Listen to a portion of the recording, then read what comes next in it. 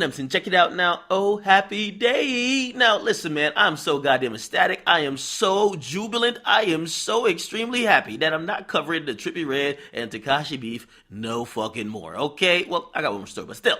Man, I'm tired of them two niggas beefing, okay? When in the history of fuckery do we actually see two enemies get on FaceTime and basically tell each other, just wait till I see you, I'm gonna do this?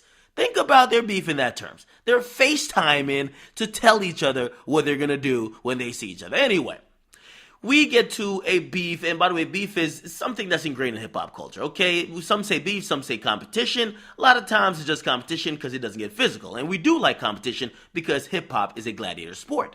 Now, think about like lyricists, or think about people who are super successful. They compete with each other. Now, Drake, Pusha T, Lil Wayne, they got competition or beef, whatever you want to call it.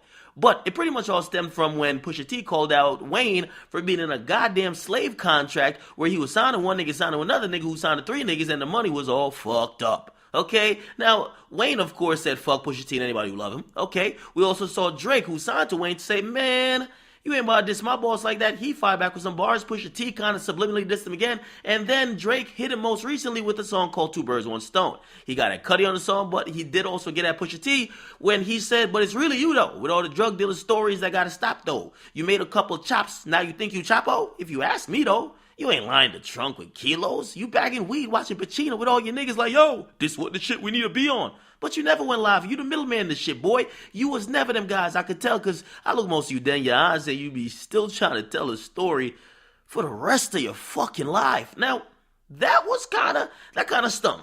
Because if you know Pusha T's career, Pusha T raps about kilos like he was Scarface. I'm sorry. Okay?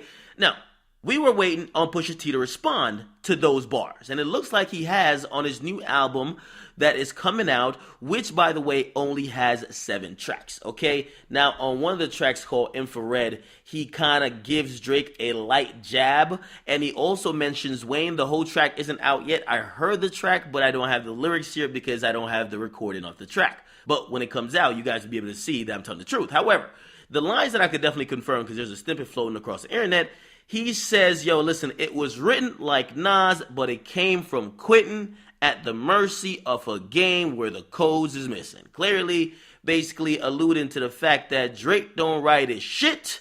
Clearly, it was written like Nas, but it came from Quentin, right? And that's obviously the thorn in Drake's side for the rest of his career. People are gonna doubt if you ever wrote shit, okay?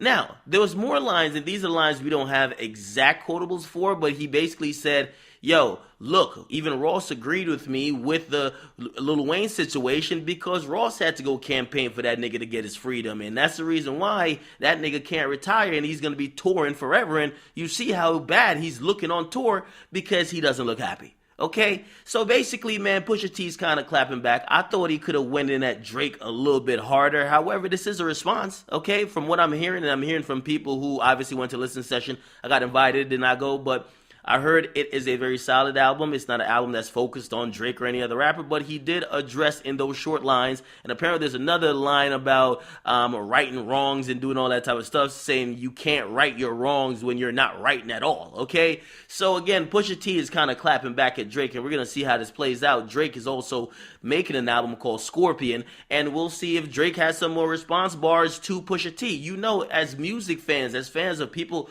that do like to rap and got bars, we do want to hear the little back and forth, the little clever lines, and again, as long as it's all in good sport, we fuck with it. So we'll see where it goes from there, but what do y'all think about that line from Pusha T, and are you expecting his album, or you think that maybe it's a clout chase move? Yo, he needs some promo, so he talking about Drake, now blogs will run it, and now you know about his album. I don't know. Get a comment, what you guys like, and subscribe to Akademiks. Hey, if you're wondering why I haven't put out so many videos recently, I'm moving, I'm doing all type of stuff, really apologize. We'll get back to it shortly. Oh.